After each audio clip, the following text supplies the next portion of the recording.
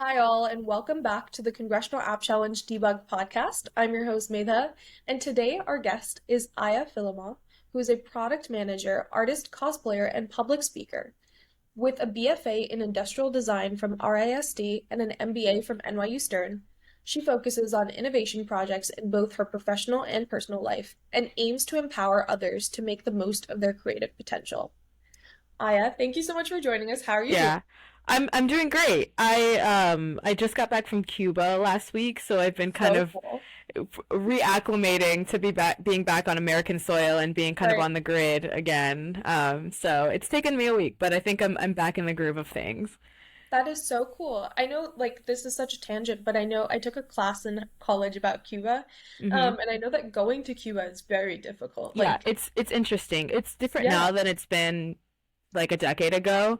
My Hmm. family's from Haiti, so I Okay, have a realistic expectation when I go to countries on these islands. right. And it was very interesting. I went with it was my friend's birthday party, so we all just like got a group of girls together and we went and we stayed with a host. Right. The host family was lovely, and they personally kind of drove us around to do a bunch of things, beaches, museums, and that kind of thing. That Um, is so unique. I feel like most people, they go to Florida for their birthday, yeah. and I think Cuba is so unique. I'm putting that down on my It's list. it's doable. There's a Yeah. lot of content for my travel TikTok explaining all of the different things that Oh you my need God. to do. We need to get into that. We need to get into that. What do you mean travel TikTok? I do a lot of random stuff. I travel a Right. lot. I used to work at a travel company years ago, in data analytics.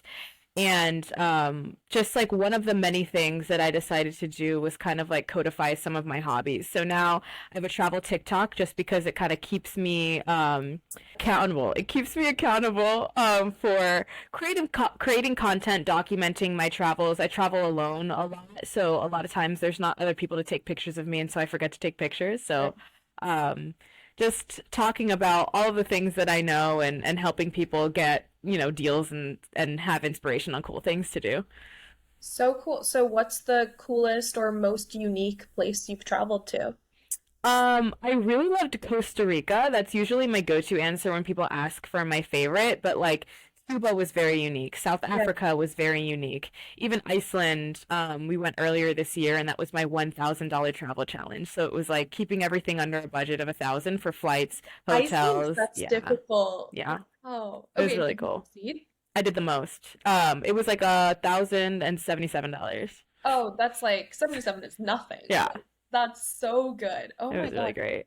Oh my God. Did you get any? I know that when people go to Iceland, people typically rent cars and then get like tickets. Did that happen to you at all? Or I was did not rent a car because it was February and I was by myself. So I didn't want to okay, like have to drive through the ice and not yeah, have, a travel buddy with me. yeah. However, when you're in Iceland, there's like a bus system where all of the excursions will pick you up directly from your hotel. So I got to do a bunch of excursions where they just pick me up door to door service. And I was like, oh, okay. Feeling a little Wow. fancy. Door to door.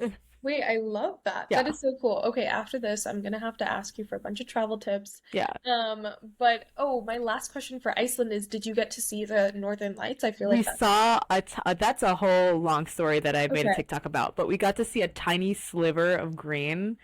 At that Okay. point, it was like almost midnight, and the boat was gonna like turn around and give up for the night. And but we got to see a little piece of it. It always comes up better in your pictures than it does in real life, but it was worth it. It was my last night of the trip, so it was like, oh,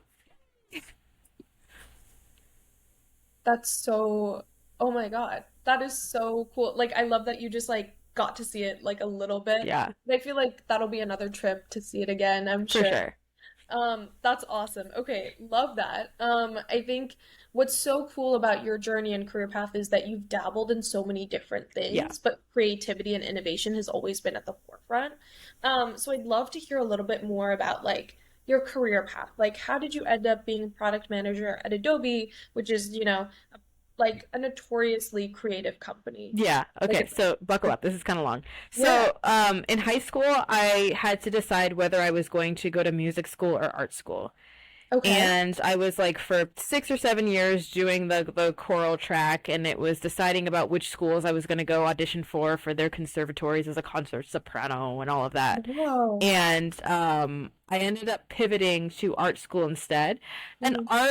art was so music was something that I did, but an artist was something that I was. I was always drawing on the margins of papers. I got decently good.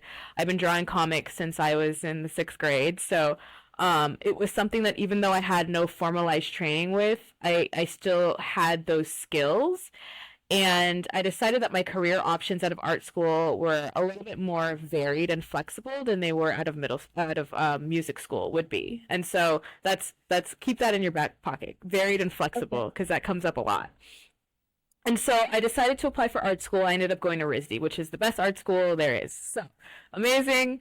I was not prepared to be in this kind of elite academic environment, especially because in I grew up in the South, so I was in Georgia. If you grew up in Georgia, you kind of understand that it's UGA, Georgia Tech, Valdosta, or like if you want to go to art school, it's SCAD. If you want to go to music school, it's like Columbus State. So it's all of the in-state versions of everything. And they don't like the guidance counselors and the teachers don't necessarily know a lot about what's happening outside of the state. So I was kind of thrust in this completely different environment, unprepared. It was the trenches. I was fighting for my life, but I came out a much better designer for it. If I were to go back, I wouldn't change a thing. So I studied product design or industrial design is what it's called at RISD for, for 4 years. I did my foundation year and I did 3 years of industrial design training. And when I left school, believe me, I had no idea what I wanted to do with my life. I was like, I didn't think, and imposter syndrome is a thing. I did Right. not think that I had the skills or the talent necessary to have a career doing product design. And so Even I though you didn't know studied what I wanted. Pardon? even though you studied it. Yeah, well, I was nowhere near as talented as my peers. So it's kind of like when you're the dumbest I'm sure person in that's the not smart true. person room, that's still Yeah. better off than most, but you still feel dumb the entire Yeah. time because the people who are around you are amazing. And so the first thing that I did was I was on a PBS documentary show called Road Trip Nation. I highly recommend it for the viewers of this podcast because it's aimed at a similar audience, right? You're in high school, you're in college, you're about to graduate, and you have no idea what you want to do with your life. This is a great, it's a documentary show on PBS, and it's called Road Trip Nation. And my season was sponsored by Autodesk, so it was design themed. And so we did a bunch of informational interviews with people about their jobs, and we traveled all around the country. We started in California, went all the way up the coast, like drove through Montana, went down to Texas, back up to Detroit and New York City, and like Chicago. And we did 30 or so informational interviews for this TV show. Artists, designers, engineers, architects, all kinds of people just really stretching the limits of what design and innovation means in terms of a career. Had a lot of exposure to a lot of jobs that we didn't even know existed. And then I left that show even more confused than ever about what I wanted to do because there was just like so many options and I didn't know where to start. And after that I had like a marketing internship that was in Italy at a travel company. I got sick, had to come home to my parents' house. I ended up at my parents' house right as the big Marvel film boom was happening. This was like 2015. I'm living at my parents' house. They live in Atlanta. And all the Marvel movies are filming. If you lived in Atlanta at the time, like you really had to be there. They were shutting down streets, throwing cars around, rebuilding buildings to do the sets, and it was just kind of everywhere. And so when you were living in that environment, it just was you kind of couldn't help but be a part of it. And so I spent about a year hopping around different sets, not just Marvel sets. I was on Vampire Diaries. I was on a bunch of different TV shows and movies just as a day player, a stand-in, a background actor, wherever they got. They brought me on for a day. I did whatever I needed to do. They paid me for the day and I left. And I kind of did that circuit for a while. Decided I wanted some more stability in my life. Ended up working in data analytics. So turns out I love spreadsheets. That's a thing. So I got a job through somebody that I met on set, referred me for a job. at a travel company. First, I was working in kind of government policy compliance, and I quickly pivoted into a data role just because the person before me left abruptly. And so it was like, eeny, meeny, miny, you're smart, come here. Here's a new job. And so I started working in spreadsheets every day. And it turns out I really enjoyed it. I know I went to art school, but I was like, Excel. Um, Loved it, was bringing a lot of value to the clients with my recommendations. Moved into a similar data role at an advertising firm. So now I'm in a building where design is happening. So I was happier there. And then my boyfriend at the time was applying for his MBA program, and he was like, "You would be so competitive for an MBA. You have all of these, you have good stats, you're smart, you're a good test taker, so you can, have good exam scores, you have diversity points, you have all of these amazing things, a varied background that MBAs would really like. You should totally apply." And you kind of don't study product design without thinking you might get an MBA at some point in your life. It was just something I had just tucked in the back of my mind and hadn't thought about in a decade. And I decided, you know what, you're right. I'm going to apply to get an MBA and do the product management route because that seems like a pivot to come back in a space that makes sense for me. I study product design, so I'll do product management. And I could write a compelling story as to why that makes sense for me in my career right now. And so I did, and I applied for an MBA. I got a full ride at NYU, and I started studying right when the pandemic happened. So the pandemic happened, and it was fall of 2020, moved to New York, got a great COVID deal on an apartment that I shared with two roommates, and I was just living in New York with no income, living in my house with the roommates in East Village, going to school, wearing masks, figuring everything out, testing every week. And so it was just like a weird time to get an MBA because we weren't sure if there were going to be jobs. We didn't know if there were going to be in-person classes. We just thrust ourselves in this environment, not knowing, taking a huge risk. And it paid off for me. I happened to get hired right at like the tip of the hiring before it like started dipping. And Adobe brought me on as an intern, and I later got hired full time on the same team that I was working on an amazing innovation project that's been the light of my life for the past couple of years. And I got to be on the stage at Adobe MAX last year, presenting the work that my team had been working on for 2 years to the world. And it was honestly such a big honor to be able to share that with everyone. And now I just have my dream job and it's great. So exciting. Well, Yeah. thank you for walking us through that story. I think, looking back, you can see all of the puzzle pieces falling into place, but I'm sure in the midst of it, probably when you were like, every day you were at a different set, that probably was Yeah.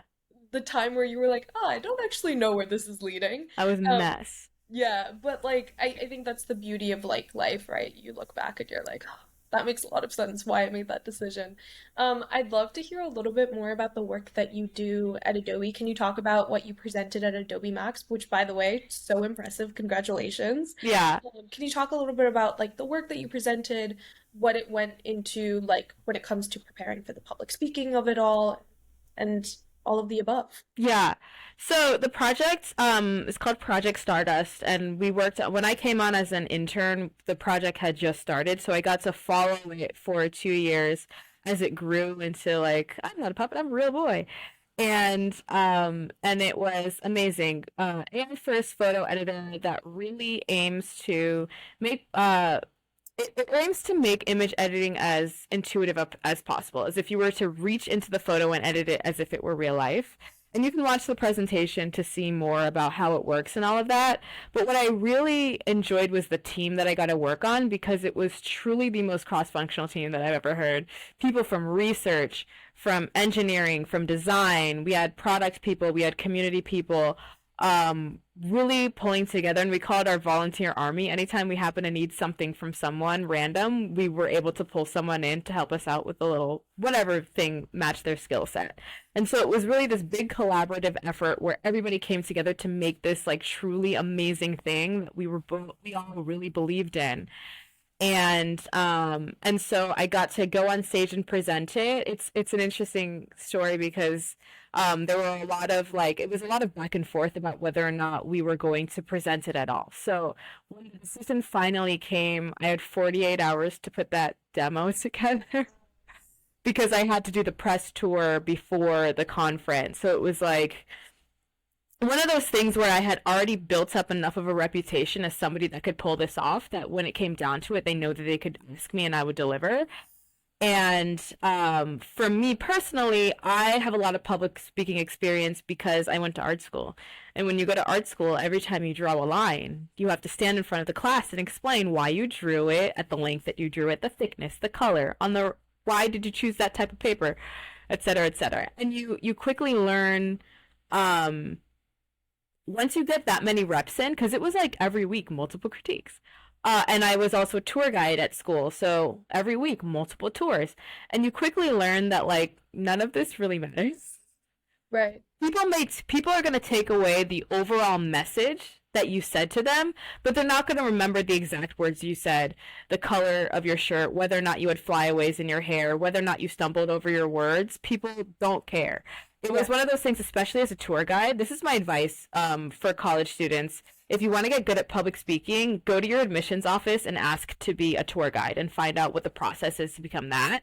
Because the people that are in your college tours leave and then you never see them ever again. Right. So it's the perfect kind of like low commitment, low pressure environment to get the reps in to become good at it very quickly. But yeah, public speaking is something that I do well. It's a skill that I highly recommend you get good at because it's a skill that not very many people have. So once you have that skill in your back pocket, you're quickly kind of rise to the top for a lot of opportunities that that other people are not necessarily get because you're a better fit for them. Amazing. I think that's great advice and super cool that you had that opportunity with Project Stardust. And then I've seen the project. It's really cool. Yeah. Um, Have you played with the demo? I have to send you the link. no, I haven't. Please Okay, do. I will. Please do. Okay, love that. I'm excited about that. My Instagram photos will be the first to tag. Removing all of the background people in just a Yeah. click. Yeah. Yeah. I'd love to hear a little bit more about the work that you do outside of Adobe. Yeah. Like you're a cosplayer, you're an artist. Obviously, you went to school for that. Yeah.